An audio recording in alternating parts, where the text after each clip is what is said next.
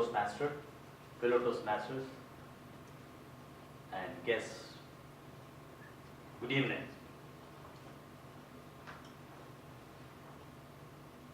I would like to tell you a story. A small hamlet, let's call it as a city of Plymouth, wherein there's a huge meeting is going on. One of the audience asked the old lady there. It's a very good question.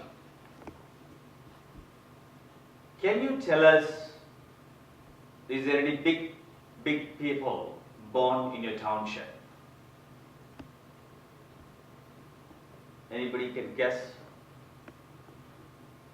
Man Toastmaster can guess what is the answer she's going to give right now. The question is, the audience asks the question. Say like some of the reporters or anybody just on a fly, they ask a question. There's a meeting going on, a big, huge, a mass meeting is going on. There's somebody from the audience asked a female, the old lady there, could you tell me that anybody big people born in your township? Any answers? Big in terms of size? No. It's not in terms of the physics. Like great people, yeah, famous people. Like, let's call it as the famous people or the great people. Then the answer is, she said that for the last 70 years, I have not seen anyone. There are only small babies are born in our township.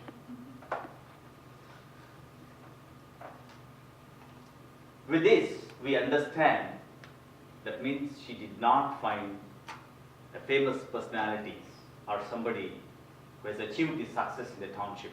Let's talk about like a person like George Washington or anybody, our forefathers of this country. She has not seen anybody in this township.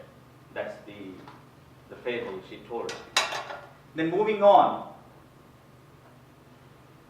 we all have the can-do attitude when we're born as a small kid, like an infant stage.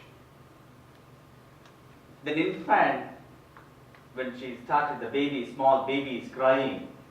The language of the baby is can-do crying. It's nothing but the communication. She's asking for food. That's can-do. The more and more, when she needs the food or anything to be done, she asks their mom, the parent, by the way of the form of crying. That itself shows that can-do attitude. That means, the time we born, we all have the inbuilt the can-do attitude. Rodney, do you agree with that? I agree. We have some more examples to talk about further. At the same time, you have a lot of brightness by sun. Every day we see that sun, right? There's a planet. We see the sun like a lot of brightness. So one day, the sun started thinking, okay, if I stop now, what is going to happen after that? A person in a small form, like in the form of a candle, a small candle. When you lit that candle in the night, you start lighting one more candle, one more candle, one more candle, one more candle. That's it. It's a can-do attitude. For everything to start with, there is a can-do attitude with us. Let's also talk about one more story I had.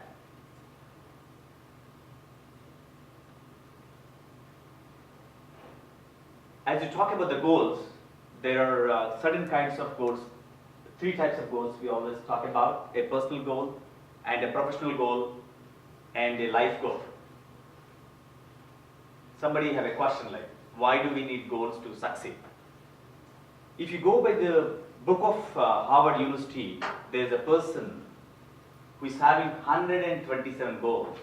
He succeeded in all the goals. It's nothing but a can-do attitude. 127 goals. So how many of you read the question for you? For a goal, it should be written or just oral?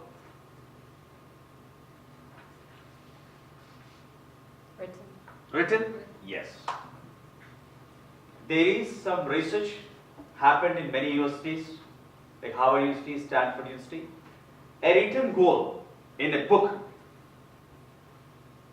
85% of the statistics shows that the people who has written the goals in the books has succeeded. That research was proved at the Harvard School.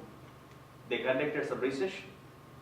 When they awarded the degrees to the students who are going over the degrees, after 15 years, then they take the statistics in count. The people who has written the goals in the books succeeded most, 85% more than the students who has not written the goals. A goal again, a can-do attitude. Before you sleep, you have to dream about it. The moment again you wake up the next day, you have to dream about it. You have to revise the goal. It's a can-do attitude. So, to the bottom, I want to say a can-do attitude is very important. I would like to show some of the pictures here. Yes, can do here. So with this, I would like to conclude, a can-do attitude is a contagious. Thank you.